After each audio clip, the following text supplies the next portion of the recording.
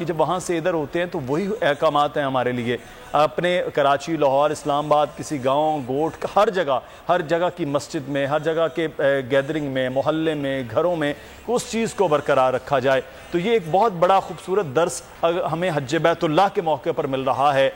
تو اسی درس کو ہم اپنی زندگیوں میں یہاں نہیں کر پاتے ہیں. کیا بنیادی وجوہات لگتی ہیں کہ وہاں سے ہماری واپسی ہوتی ہے تو شاید وہ چیزیں ہم میں کم ہوتی ہیں، اور یہاں جو ہمارے جیسے ابھی جا نہیں سکے، جن کی ابھی حاضری نہیں ہو سکی ہے، ان میں تو یہ چیز زیادہ ہوتی ہے کہ کہیں نہ کہیں تفرقہ ہے، کہیں نہ کہیں گروہ بندی جو ہے اس کی جانب زیادہ رہے. اس کو کیسے ختم کیا جائے؟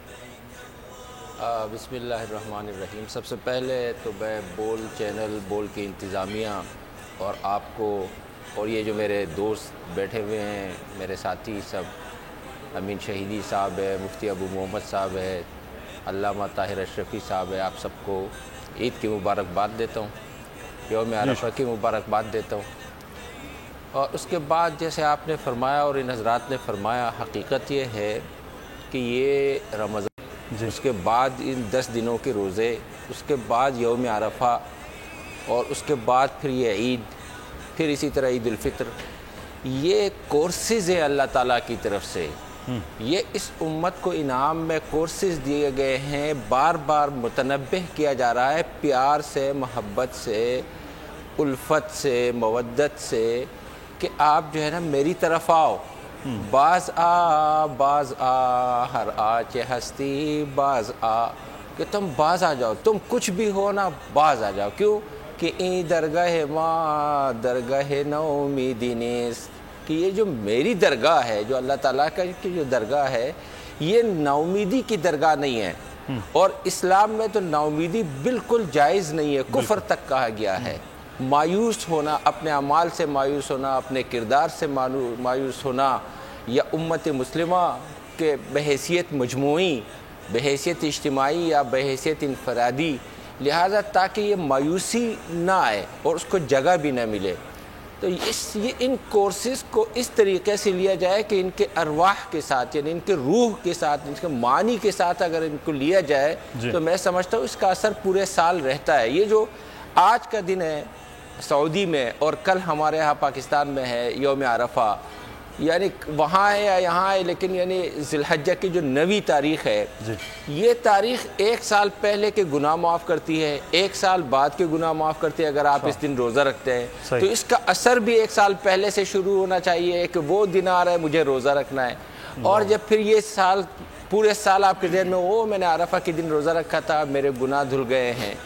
اور پھر یہ جو حج کا ایک جو سیناریو ہوتا ہے نا، جس کو آپ یوں کہیں ایک منظر کے آپ ذرا کبھی صرف ترجموں پہ نہیں جانا چاہیے، ان مشاہد کو بھی دیکھنا چاہیے، ان مناظر کو بھی دیکھنا چاہیے کہ آپ کس لباس میں ہیں، کالا، گورا، اور یہ جو ہم نے فرقے بنائے ہوئے، ان فرقوں کے لوگ اور اسی طریقے سے مختلف زبانوں کے لوگ ایک ساتھ گھل مل جاتے ہیں، سب باہم بھائی بھائی ہوتے ہیں، اور سب قیامت کا منظر ہوتا ہے جیسے وہاں نفسا نفسی کا عالم ہے. یہاں ایک ہی آواز ہے، لبیک اللہم لبیک لبیک لا شریک لک لبیک ان الحمد والنعمت والملک لا شریک لک. یہ سب کچھ آپ کا ہے، آپ کا کوئی شریک نہیں ہے.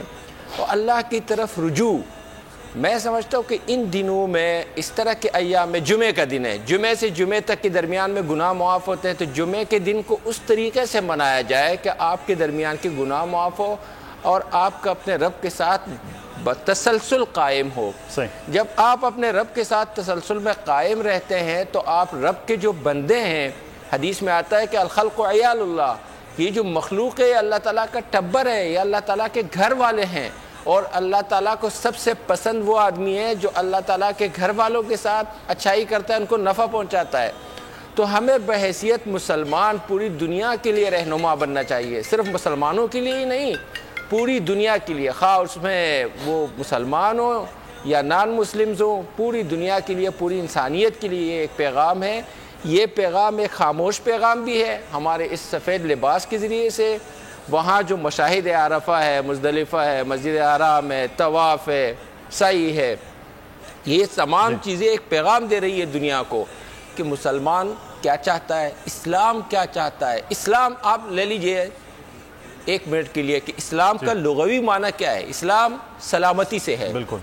سلامتی کے معنی ہے پیس، امن، اور ایمان امن سے ہے۔ اب جس دین کے عنوان میں، ٹائٹل میں امن اور سلامتی کے معنی پنہاں ہوں، وہ دین کبھی دہشت گردی کا یا وہ دین کبھی انسانیت کی دشمنی کا دین ہو سکتا ہے؟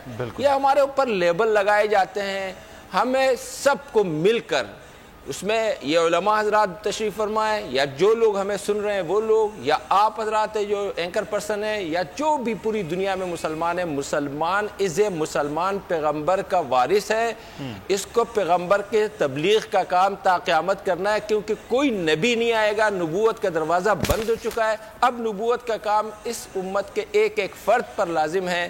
ہم نے اپنے گفتار سے بھی اور اپنے کردار سے بھی اپنے اسلام کی دعوت دینی ہے، اپنے دین کی دعوت دینی ہے، اور اپنے پیغمبر کے اخلاقیات اور ان کی سیرت اور صورت کی دعوت دینی ہے۔ بالکل، یہ الیوم اکملت لکم دینکم واتممت علیکم نعمتی ورضیت لکم الاسلام دین۔